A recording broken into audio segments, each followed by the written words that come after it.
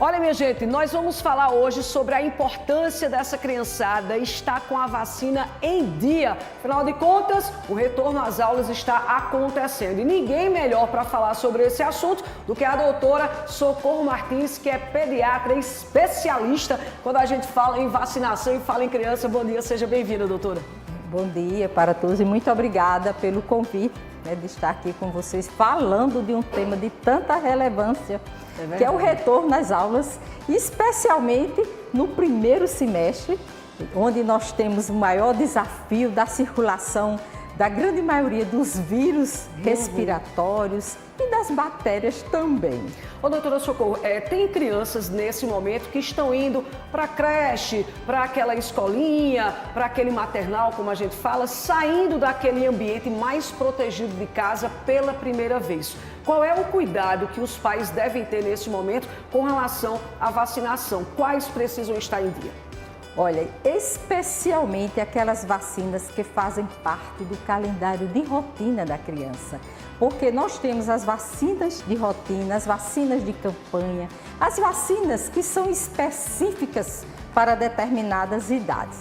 Mas neste contexto é ver como está o status vacinal de sua criança, se está atualizado, se está tudo em ordem, porque, como falei, esse primeiro semestre é bastante desafiador e é importante também que essa criança, antes de entrar nesse ambiente escolar, que ela passe pelo pediatra, para o pediatra checar a saúde da criança, seu status nutricional, seu neurodesenvolvimento, se ela está precisando de uma avaliação oftalmológica, de um odontopediatra, vermifugar, se precisa de algum suplemento vitamínico, porque nesse período precisa-se estar com o sistema imunológico bastante robusto e fortalecido. E nada mais do que, nesse contexto, a vacinação. E quais vacinas são essas que precisam estar em dia, doutora? Olha, a depender da idade da criança. Como falei, a criança, o seu calendário, ele é montado de acordo com a sua idade. Então, é ver como é que estão as vacinas.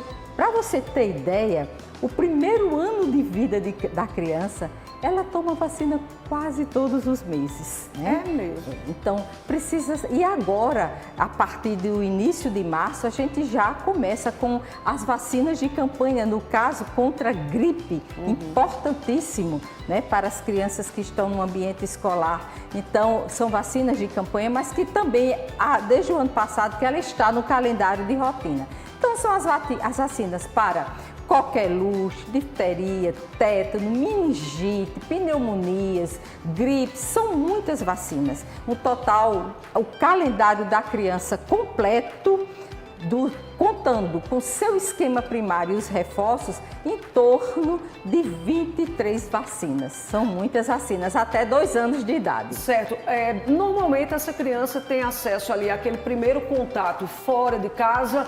Com que idade, doutora? Isso eu falo com relação à escola mesmo, do que a senhora acompanha. 1 ano, aquela creche já com 6, 8 meses, como é que fica? Bem desafiador. O ideal é que a criança só fosse para esse ambiente escolar a partir dos 2 anos de idade. Quando o sistema imunológico dela já tem uma competência melhor. Mas nem sempre as famílias podem e deixar a sua criança em casa até 2 anos de idade. E realmente a creche é a grande aliada. Então, a partir de 6 meses, a criança não tem nem 50% das vacinas recomendadas no seu calendário de rotina. Mas é a idade que normalmente, muitas vezes, as crianças estão indo para as creches. E coincide também com o desmame, o aleitamento materno.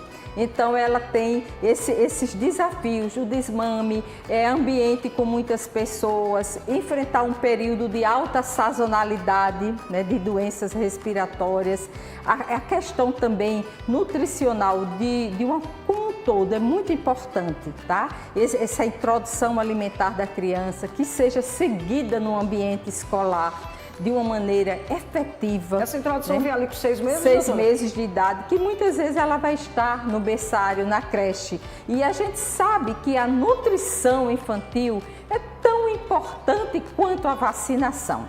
Mas a vacinação é a ferramenta, a estratégia que a gente encontra para combater diretamente esses patógenos causadores de doenças infecciosas, porque ela vai treinar o sistema imunológico da criança a produzir seus anticorpos. Isso é muito importante.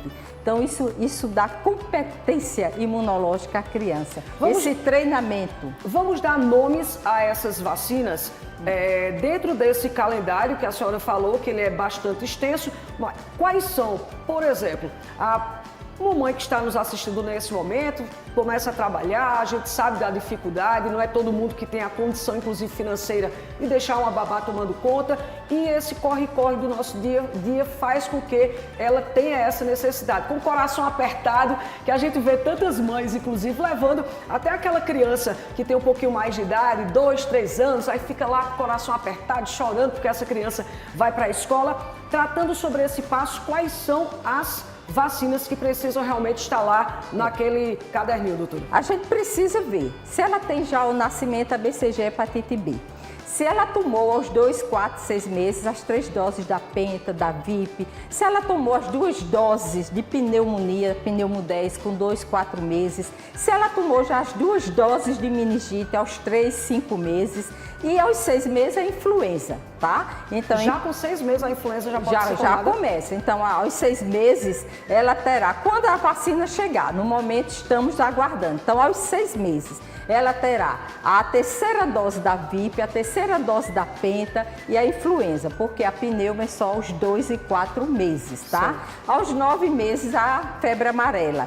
A tríplice viral, em alguns estados, estava tendo, por conta desses surtos de sarampo, inclusive importados de outros países, tinha essa dose 0, a partir de 6 meses, que não é a realidade do nosso estado, não temos dose 0. Então, ela vai ter aos 12 meses a tríplice viral e a varicela, que é importantíssima, como também os reforços da meningite B e da pneumo 10. E aqui eu deixo um reforço às famílias que estão nos assistindo, é a questão dos reforços, porque o primeiro ano tá ali no pediatra, a gente tá em cima, aí depois do primeiro ano já deixa de ir ao pediatra, já esquece, e as coberturas vacinais dos reforços são muito baixas, né? A gente até consegue coberturas melhores nas primeiras doses, mas o X da questão são os reforços.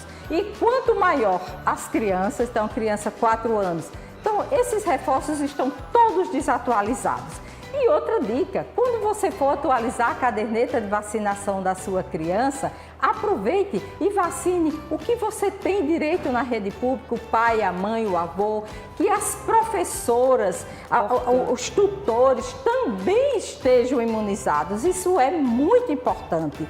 A escola também, ela precisa vacinar todo o seu quadro de colaboradores. Isso é muito importante. Extremamente importante esse alerta que a senhora faz, doutora, porque assim, a gente trata tanto sobre criança, mas tem também aqueles adultos que estão tomando conta dessas crianças e que por muitas vezes eles não têm esse cuidado de atualizar a vacina e que muitas, na sua grande maioria, são gratuitas, né? Com certeza. E assim, quanto mais pessoas vacinadas, menos circulação daqueles vírus, daquelas bactérias.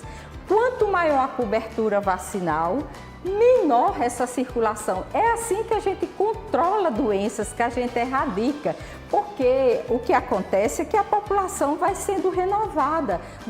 Está uma população vacinada, mas vão nascendo crianças.